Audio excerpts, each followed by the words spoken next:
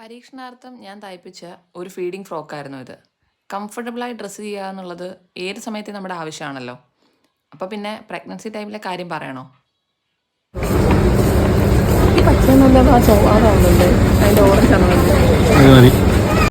കാലിന് നീര് കൂടി തുടങ്ങിയപ്പോഴാണ് ഇനി ഫീഡിംഗ് ഫ്രോക്ക് ഇടാമെന്ന് ഞാൻ തീരുമാനിച്ചത്. എന്നാൽ പിന്നെ ഫീഡിംഗ് ഫ്രോക്ക് വാങ്ങാമെന്ന് കരുതി ചെന്നപ്പോൾ ഒന്നും തന്നെ എൻ്റെ മനസ്സിന് ഇഷ്ടപ്പെട്ട പോലെ ഉണ്ടായിരുന്നില്ല. ഉള്ളതിനൊക്കെ ആണെങ്കിൽ എനിക്ക് അഫോർഡ് ചെയ്യാൻ പറ്റാത്ത റേറ്റുമായിരുന്നു. അങ്ങനെയാണ് മുന്നേ കണ്ട പരീക്ഷണം നടന്നത്. തുണിയെടുത്ത് എൻ്റെ ഇഷ്ടത്തിന് തയ്പ്പിച്ചു. എൻ്റെ ബഡ്ജറ്റിൽ കാര്യവും നടന്നു. എന്നാൽ പിന്നെ 2-3 തയ്പ്പിക്കാമെന്നായി ഞാനും. ഇപ്പം നിങ്ങൾ കണ്ടുകൊണ്ടിരിക്കുന്ന വീഡിയോ അങ്ങനെ തയ്പ്പിച്ച ഫ്രോക്കുകളാണ്.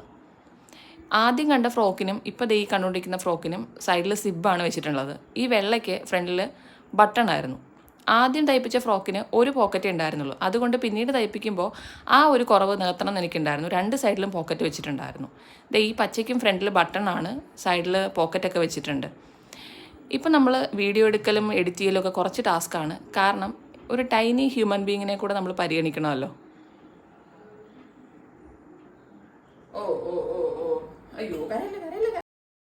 അപ്പോൾ ഈ ഫ്രോക്ക് നിങ്ങൾക്ക് ഇഷ്ടപ്പെട്ടോ എന്ന് കമൻറ്റ് ചെയ്യണേ.